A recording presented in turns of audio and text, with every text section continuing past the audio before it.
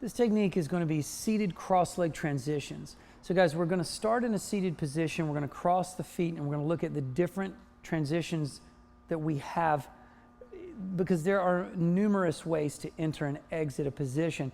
And in this particular position, we have several different variations of exit possibilities. So let's take a look at them.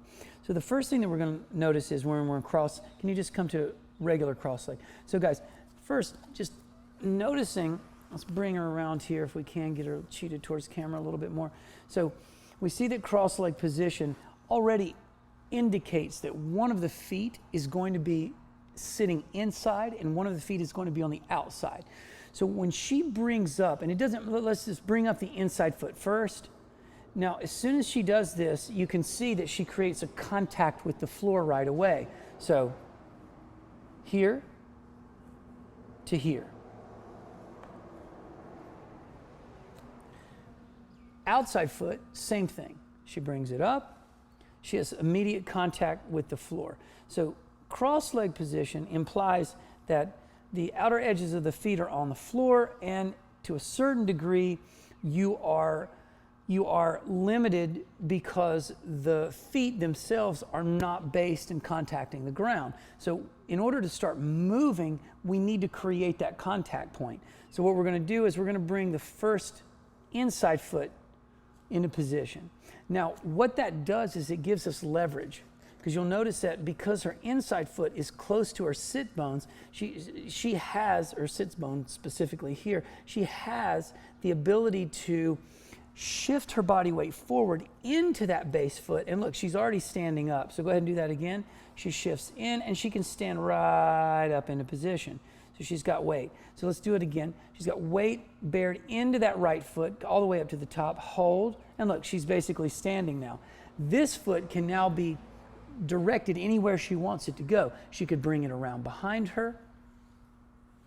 Good. Or she could take it back in front of her, return back to her seated position. So I think we can understand from just this sort of deconstruction of the position that we have to be able to get one of our feet under us to start movement. So I like the inside foot personally. It also allows me to have the outside foot free to extend and reach. So let's say you're going to reach that foot over, get on the outside edge of that foot. Right there, exactly. Extend the leg straight and take the left hand to the floor. Exactly. So now she's already extending out into a seated half squat. So bring it back in. So again, I'm stepping out to a seated half squat, and then from seated half squat, she can start pressing up and sweeping and forward stepping that foot around, and look, she's moving. And that's what we're talking about, ways to exit from this position.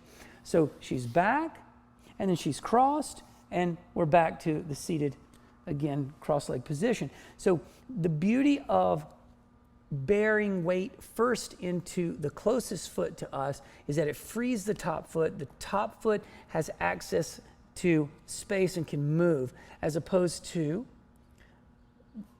bring this foot behind where you've now trapped this foot and you don't have those choices anymore. It's not a terrible position. She can still shift forward and back step this foot to a half squat position. So I'm not going to say it's a terrible choice. I'm just going to say that it's, if you're wanting to move forward, it's going to be more advantageous to have the top or the front foot, and this is a better way to say it, I think, front foot free, so that you can extend it out and start your transitions. Go ahead and show them a transition with a little bit of leap to it. So kick into position. Beautiful, exactly. And back, and then a bigger leap. Good. So you can start to understand what you can do when the top foot is loaded up and free and ready to go.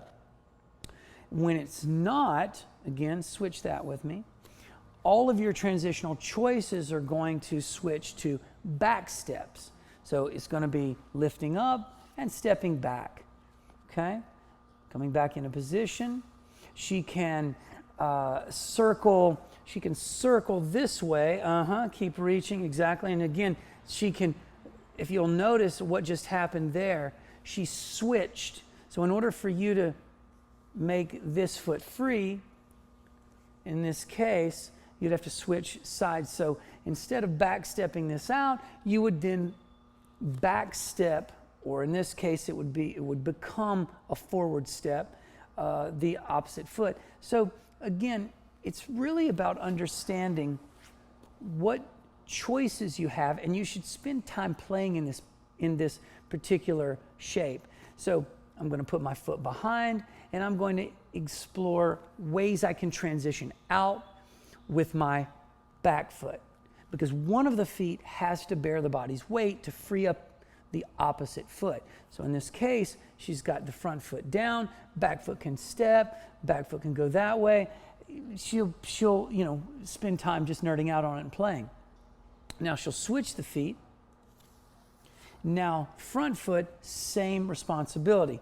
Front foot will step out, right? She can also, which is interesting, cross this back, another one we didn't look at, she can shift into this foot, then shift into this foot, weight, and now she's sharing the weight distribution as she spirals around, rotates, rotates, rotates, she's in a squat.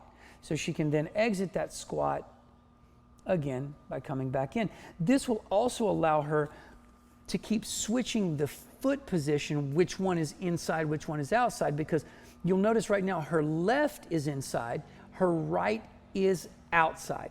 So when she shifts right now with the left inside, she'll transition through squat, she'll keep rotating, she'll take a seat, and now the right is on the inside and the left is on the outside. So this allows you to create little loops and transition between the two positions.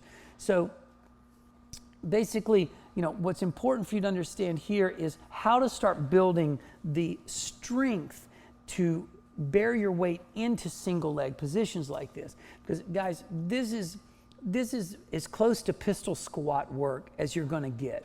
Okay, so in other words, when Melayne leans in and bases in that foot and takes that leg out, and then she's forming the pistol squat. And then when she starts to sweep that leg behind her, she's playing with variations of the pistol squat concept, tucking it in. And so really, it's really important for you guys to start building slow and steady from a position like this. Don't rush. So you're gonna have to be patient when you're working with single leg transitions like the cross leg seated position, because it gives you so many cool variations, but every time you execute one of them, you have to shift into one leg in the lowest possible range. I mean, this is as deep as you're going to get, and load up your body weight into that joint from that low position and start to distribute it somewhere. She might distribute it into this foot to share the weight load, or she might keep it completely in this foot and move that foot independent, isolating all the weight and effort into the base foot. So that's something to be sensitive to when you're learning about seated cross leg position.